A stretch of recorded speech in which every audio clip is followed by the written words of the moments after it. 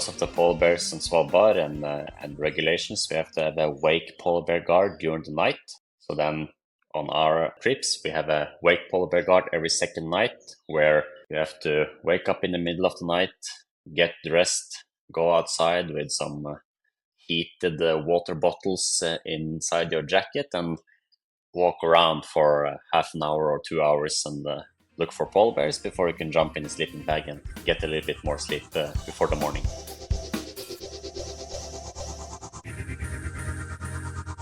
Hello, intrepid listeners, and welcome to the Carpe Diem Live Your Dream podcast. I have a Norwegian guest today, Morten Rostilla, who runs an Arctic expedition guiding company. He guides ski expeditions in places like Antarctica and across the Greenland ice cap. But it was his month-long, 600-kilometer south to north ski expedition across Norway's Svalbard archipelago in the Arctic Ocean that intrigued me enough to contact him. His photos of Svalbard are simply amazing, and this episode really deserves a slideshow to go along with it.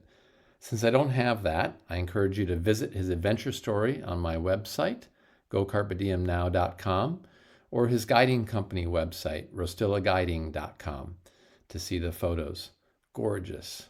Enjoy those photos, enjoy the Norwegian birds singing in the background of his recording, and enjoy the show. Hello, Morten. Welcome to the podcast. How are you? I'm very well, Dale.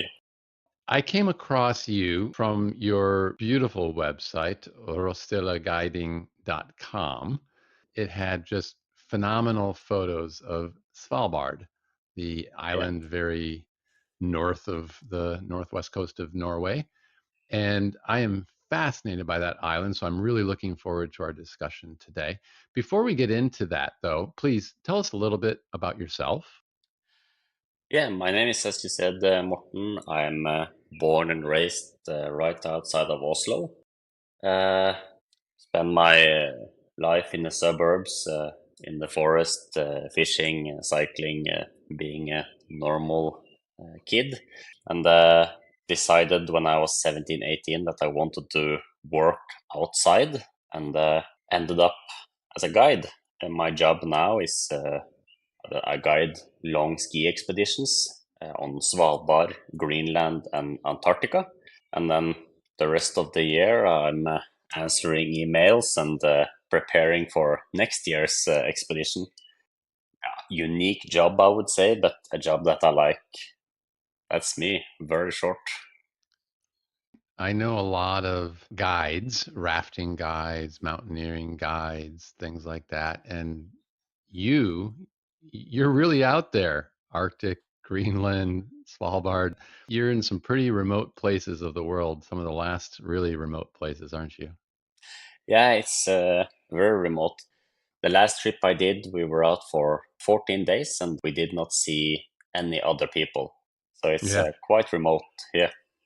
I want to hear a lot more about your business, your adventures. Before we do that, let's talk a little bit about Svalbard.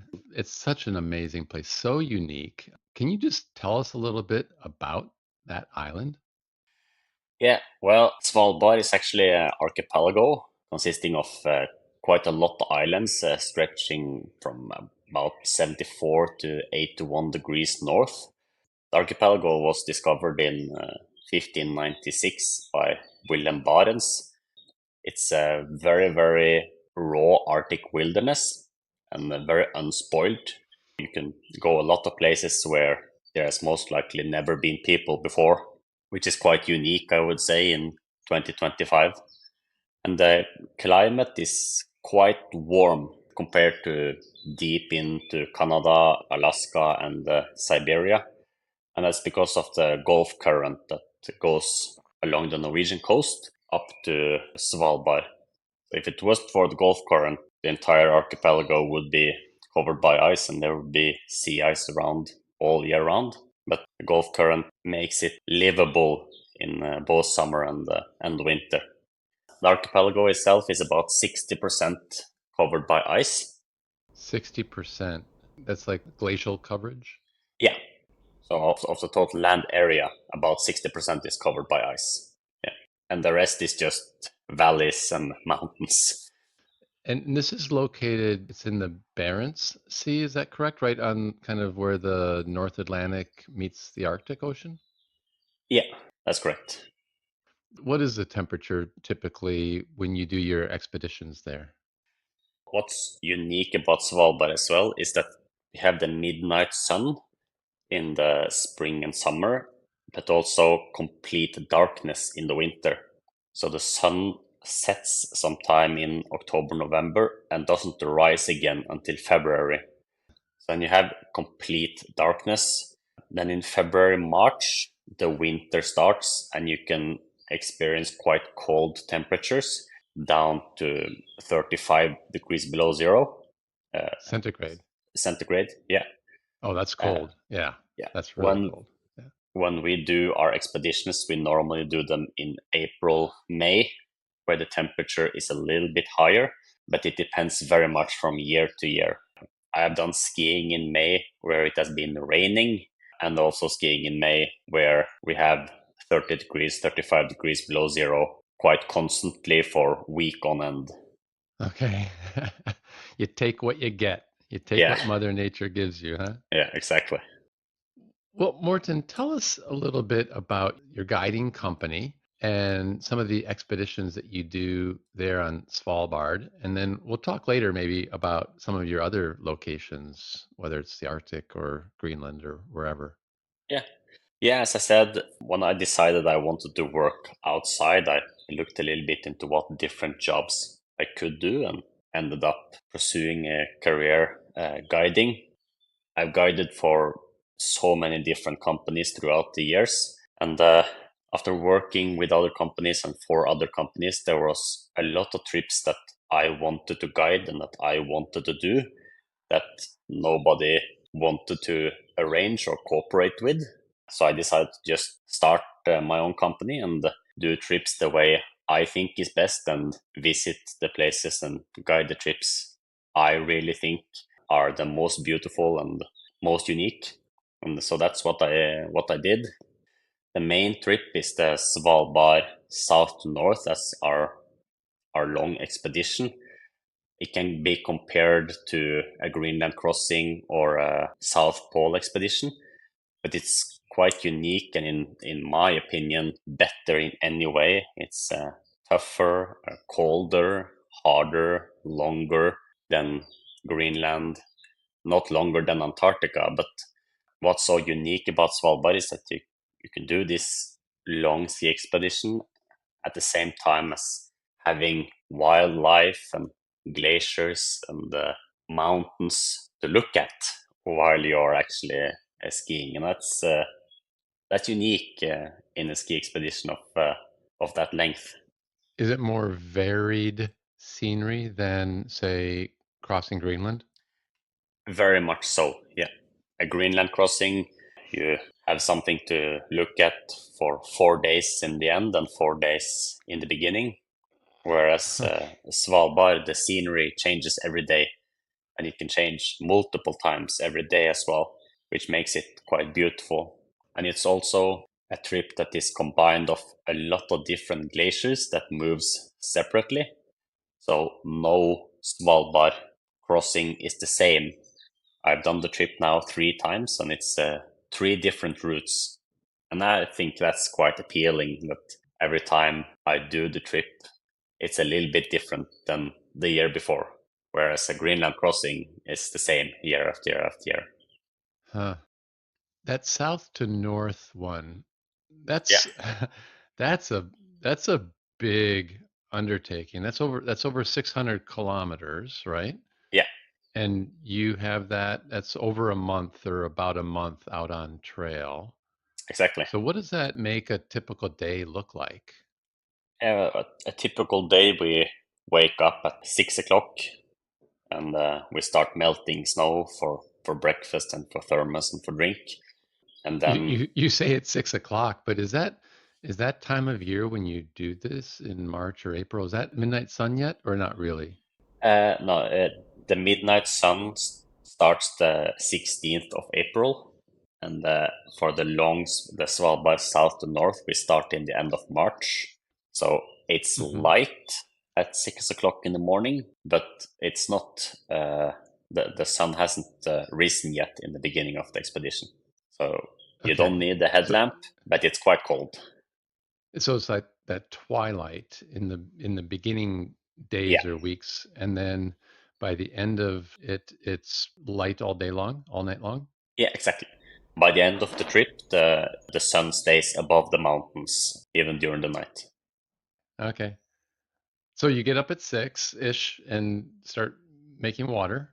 Yeah, boiling water, drinking some coffee, and eating breakfast. The breakfast is the same. It's porridge, oatmeals, granola, powdered milk, sugar, raisins. It's a mix that everybody makes their own breakfast before the trip starts. And then about 7 o'clock, we start to tear down camp, pack up our tents in the pulkas, put on ski boots, and get ready. And at 8 o'clock, we start skiing, and that's quite thorough because of the polar bears. We have to ski as a group, so one tent can't sleep until 9.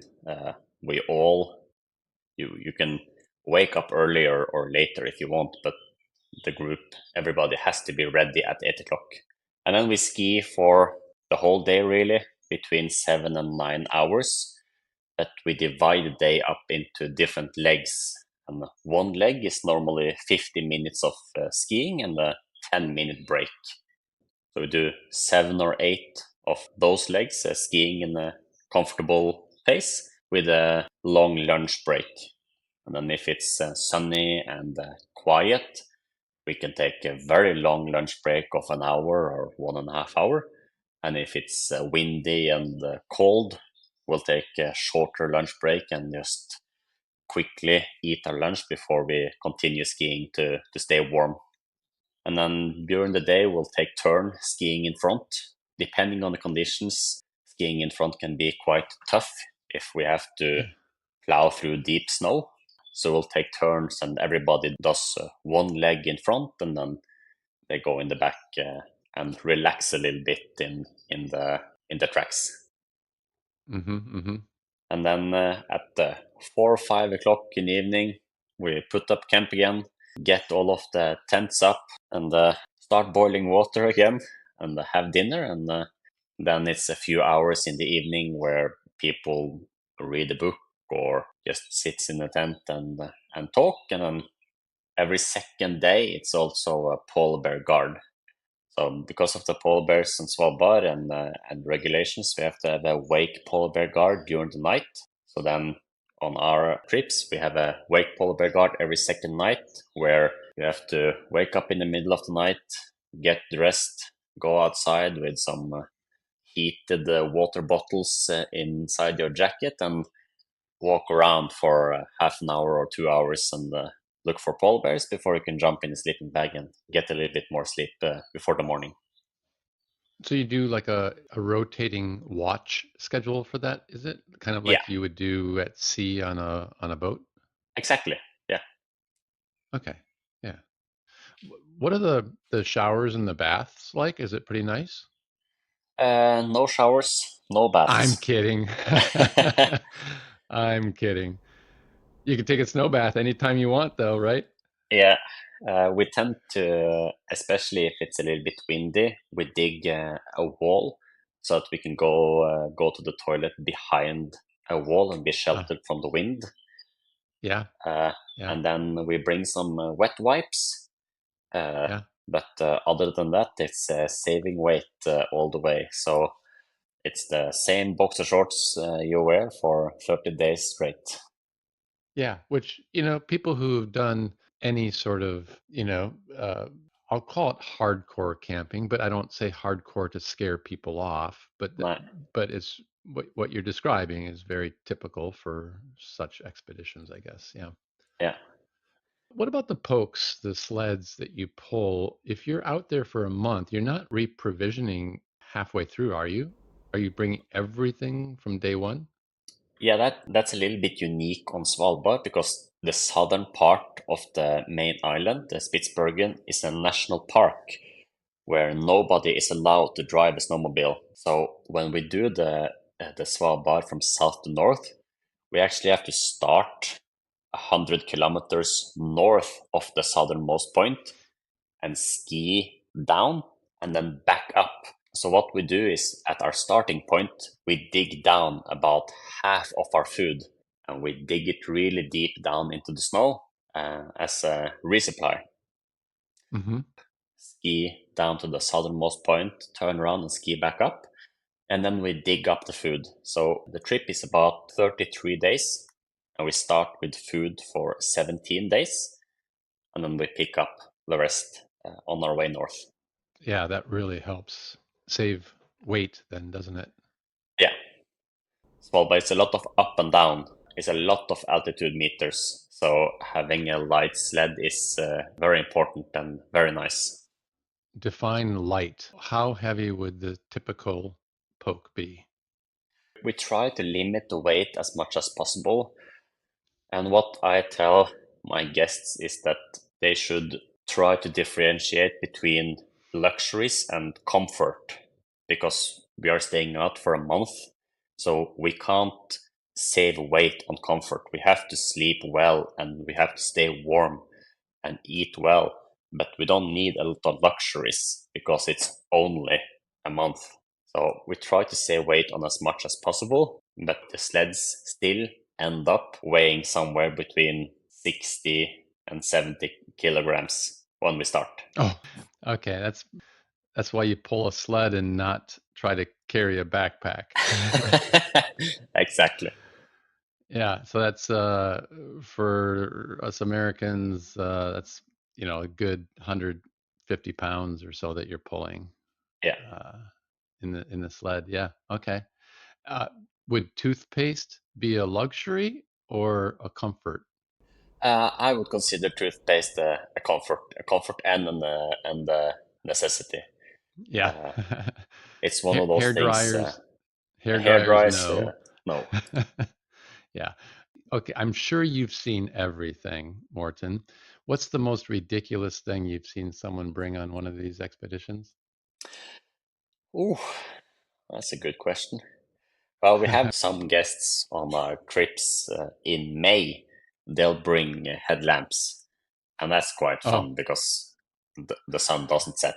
yeah, It's not really necessary at all. yeah. But people get quite a thorough equipment list before the trip starts. What I see most is that people they bring a lot of stuff. Describe your typical client, your customer. Who are the people who join these? What is it that got them to do something like this? Our guests they come from all over the world, all different type of people. So on Svalbard, most of our guests they have already done other quite long expeditions before. They have crossed Greenland or they have skied the Northwest Passage or they have skied to the South Pole or similar expeditions and they've asked themselves, what's next? I want to do something that's a little bit more challenging. What should I do now? And then they come to us. So these people they like the simplicity. I think that's one of the things I really enjoy as well. Life boils down to being very, very simple. We're eating, sleeping, and moving. That's it. Yeah.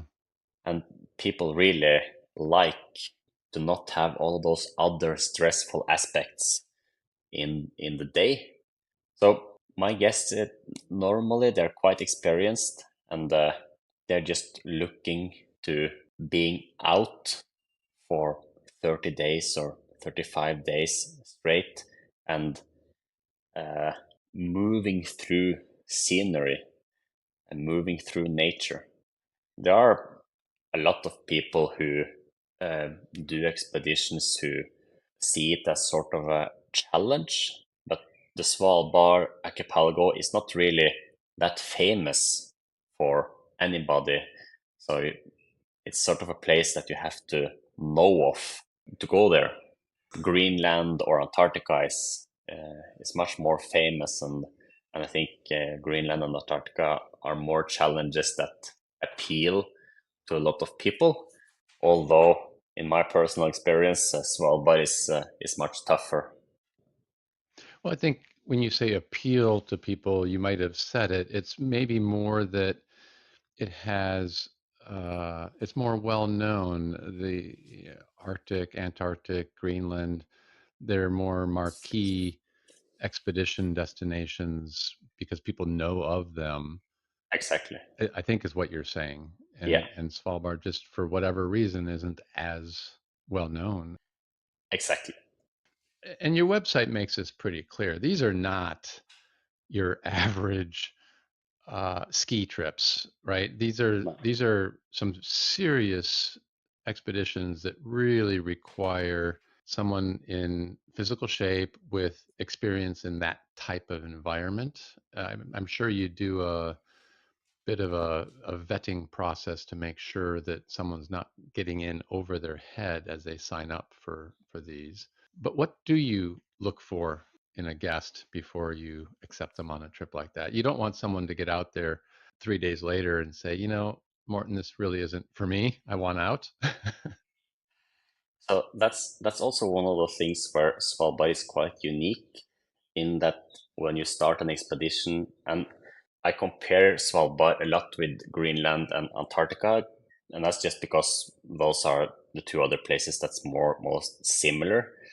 Svalbard is quite unique in that it's quite easy to abort the trip, and it's also quite cheap. Oh, If you okay. find out on Greenland on day 10 that this is not for you, it's 15, $20,000. 10 days back to camp Yeah, or to town. yeah. Yeah. But on Svalbard, if you find out on day 10 or 12 that this is not for you, we're already on our way back north from the southernmost point, and we've crossed the national park border, and getting a snowmobile out and picking you up is not a big issue at all. So in that sense, Svalbard is quite easy, Uh-huh. but we try to when we have new bookings coming in, guests they tell us what kind of experience they have before, and if they have little or no experience, it's mandatory to join a weekend of training in Norway before the trip starts, Hmm. and Hmm. that's free. It's included in the price of the trip, but then they would come to Norway and they would practice skiing and putting up the tent and stoves and all of those aspects of the trip that we would meet on Svalbard. And they would also get my opinion on their physical shape, uh, Hmm. because I don't want guests to pay a lot of money and then coming in day 3 or 4 having to cancel it because they didn't know what they were getting into. Yeah. Fortunately Yeah. for me, as I said, a lot of my guests they do have quite a lot of previous experience, so they know what they are getting into. Uh, they know how much to train because they have crossed Greenland before or done something similar. Yeah. We focus on the physical side of the preparations. If the guests are physically fit and they work out a lot, 6 to 9 months is normally enough to prepare for an expedition like this. As for the experience in staying outdoors, we don't require guests to have a ton of experience in winter camping. That's sort of why I am there. I know how to fix the equipment and how everything works. So I'll be able to explain all of that before we leave. We'll test all of the gear. And as I mentioned earlier too as well, that we focus on having a lot of time, which means that the first few days skiing will sort of get a little bit into the rhythm with the equipment and the routines and all of that. This podcast, of course, is meant to inspire people to go out and do things like this. Mm, And yet, every such experience has two sides to it, the really enjoyable and the really not so enjoyable. So, can you just take a moment and describe what you think some of the worst parts of an experience like this are and what the best parts are? And hopefully, the best parts outweigh the worst. Yeah, I think for such very, very long trips, normally and luckily, the worst part is the end of it when the expedition stops, which Ooh, good uh, answer. I'm quite glad. Uh, I would much rather have an expedition end and all of my guests saying that we could have happily continued for another week than having an expedition end and all of my guests saying we're so happy this is over. Thank God Uh, it's over. Yeah, right. Yeah, yeah, that's a good answer. but there are, of course, tough. Uh, Everybody have their ups and downs, and we try to be quite transparent when we are in a trip like that. We are 8 or 9 people, and except the mountains and the glaciers and the valleys, the only thing we have to look at is ourselves.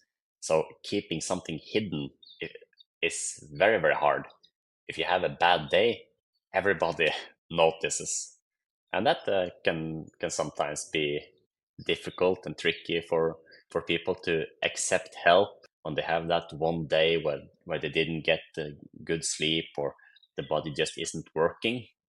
And then, of course, when it's 30 degrees below zero and a little bit of wind, waking up at 2 o'clock to go outside and stand polar bear guard for an hour is not super comfortable, but Yeah. the job has to be done. Well, at least you're not at risk of falling asleep out there. Well, maybe you are if it's that cold. I don't know. We try to we take a lot of precautions to make sure that everybody stays as warm as possible on the polar bear guard. Yeah. And What if I go ahead. can move on to the positives, because that's connected actually. We get a lot of positive feedback on the polar bear guard, because that's the only time you're really and truly alone. And a lot of our guests, they report that they really get to see the nature and appreciate it, and they get time to reflect and think when they're outside and wandering in the middle of the night and the sun goes behind the mountains and rises again. So that's one of the polar bear guard is one of those things where a lot of guests they're not they're skeptical about it before the trip starts, and it's one of those things where a lot of people have a very, very positive experience after the trip has finished.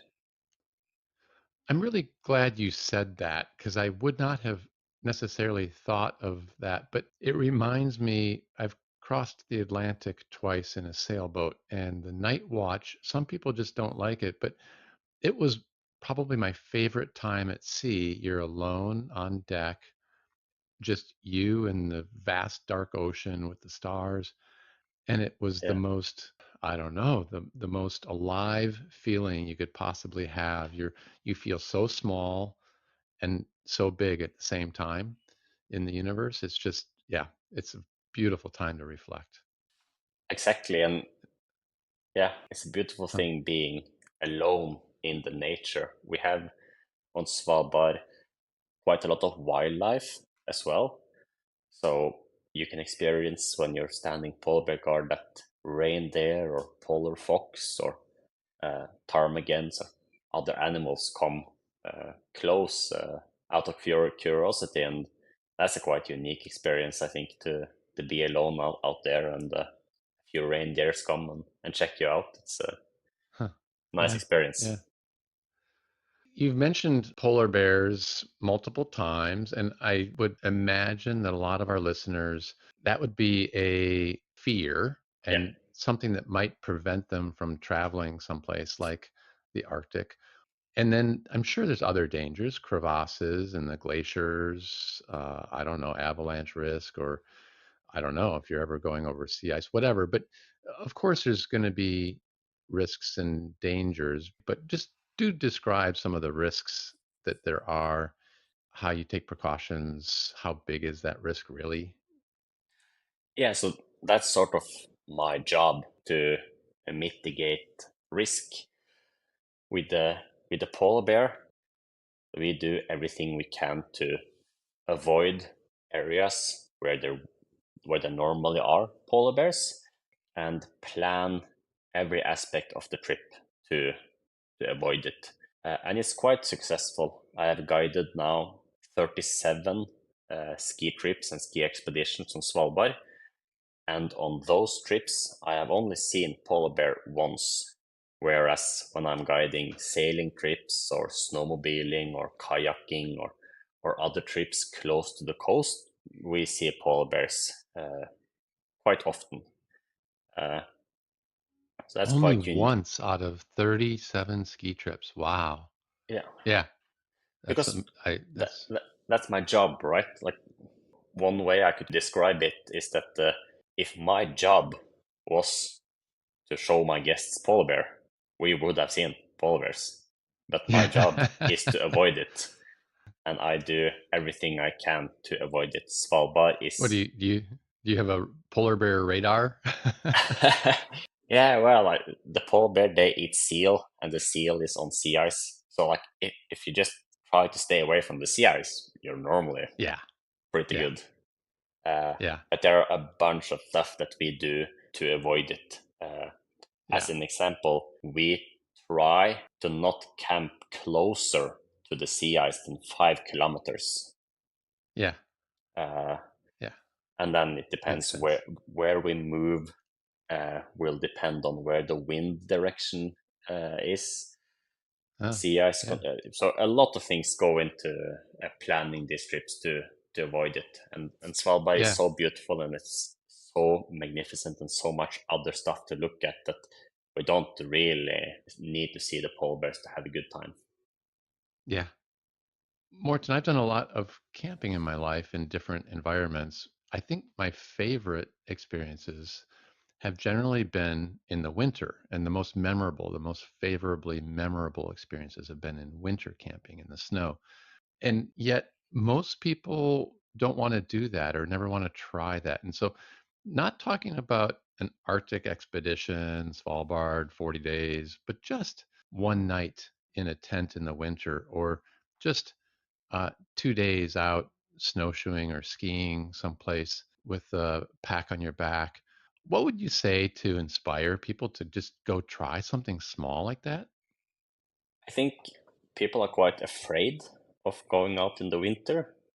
In the summer, if your tent breaks or your stove doesn't work, it's not the end of the world. You'll find water. And whereas in the winter, the consequences could be quite severe if things go really south. But I would say to just, if you are afraid or cautious, don't go very far. Go a few hundred meters. It doesn't need to be longer from the car or from a hut. And yeah, just give it a try. It's not Yeah. dangerous if you have a backup plan. When I started going outside in the winter, my first trips and my first nights outside were places where I could easily, anytime during the night, have just packed up my back and gone Gone gone home. back. Yeah. Yeah. My first night winter camping was in my backyard. Yeah, and I think by doing it gradually, I think that would make people safer. Yeah. Start slow. Morton, let's step away from Svalbard for a moment or step away from your guided trips. Tell us a little bit about one of your favorite expeditions. And I'm thinking probably it's one where you didn't have to deal with guests. Just tell us one of the really cool trips that you've taken. Yeah, I've done a few trips. I would mention my the toughest expedition I've done. When I decided I wanted to become a guide, I was pretty thorough on what I needed to know and what I needed to learn. So when I was 23 years old, I spent the entire month of December in northern Norway, skiing alone in the dark season, hauling a sled that was over 110 kilograms. The goal of the trip was to challenge myself mentally, and I really managed to do that. It was a very challenging trip in every aspect. It was very heavy. It was dark. I did not meet a lot of people, and I took very very few photos. I only took 30 photographs on the trip. That was 33 days. But anytime I look back at those photos now, each one tells a very unique story, and it brings me back, and it's a trip I think about every now and then. There can be situations now where I'm really not enjoying, where I can think to myself that okay, it's cold, but that's at least it's not as cold as Finnmarksvidda 15 years ago. It helps to have some of those really tough ones to make the other ones seem not so bad, right? Yeah, I would imagine in the darkness of winter and the cold, I would imagine that the mental fortitude of a trip like that, especially solo, is probably harder than the physical aspect. yeah, it is, and that was the goal of the trip as well. It was a good moment for learning. Yeah. I'm not sure I'm gonna go uh, alone skiing in northern Norway next December. Probably not any December. Some But things are better done just once in life. exactly. Yeah. What do you think Svalbard will be like 20 years from now or 50 years from now? What ways do you think it'll change? A good question. I think it'll be less ice, quite a lot less ice, and I think, or I know, the archipelago will gain more islands. There are a lot of places where there are pieces of land connected by bridges of ice, and those bridges are Mm, melting slowly. So in 10, 20 to 50 years, a lot of those will be gone, and Svalbard south to north, for example, will be about 200 kilometers shorter than it is today. It's so high up north that Svalbard is very, very affected by climate change. A lot of changes happening very, very fast. you're seeing it, and it's sad, I'm sure, but Yeah, uh, yeah. Well, before I ask my last question, just remind our listener. I would encourage them to go out to your website. The photographs are just gorgeous. You have a very nice website. What is that yeah. site for people? My website is Rostille Guiding, Rostille Guiding. Guess you'll have to pronounce it. Your Well, English pronunciation will be better I than would mine. say, yeah, Rostilleguiding. Yeah, Rostilla Guiding is very, very well laid out.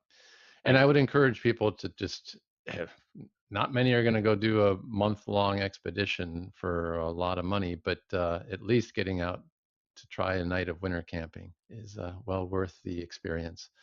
My last question for you, Morten, as it is for all of my guests, what is your next big dream adventure that you would love to pursue? Well, the one thing I really enjoy doing in my free time is trout fishing in the Norwegian mountain in the summer. And just in a few weeks, I will be in the mountains with my fishing rod and my dog, and that's my dream. Well, Morten, thank you. Thank you so much for this. I really enjoyed the conversation. I learned a lot. And as I hinted to you when I first connected, I'm really tempted. I'm really tempted. You might see me signing up on one of your expeditions someday because it is very appealing. Thank you. I hope you do. I haven't had any guests on a trip yet that haven't said that it wasn't worth the money. It's a beautiful place. All right. Well, you have a good day. Thank you much. Thank you too. Thanks for listening to the Carpe Diem Live Your Dream podcast. If you like the show, there's nothing more valuable to me than you following it and sharing it with others. I drop a new episode every Friday, so tune in again for another great adventure story. And check out the accompanying website, www.gocarpediemnow.com, and then go seize the day and live your dream.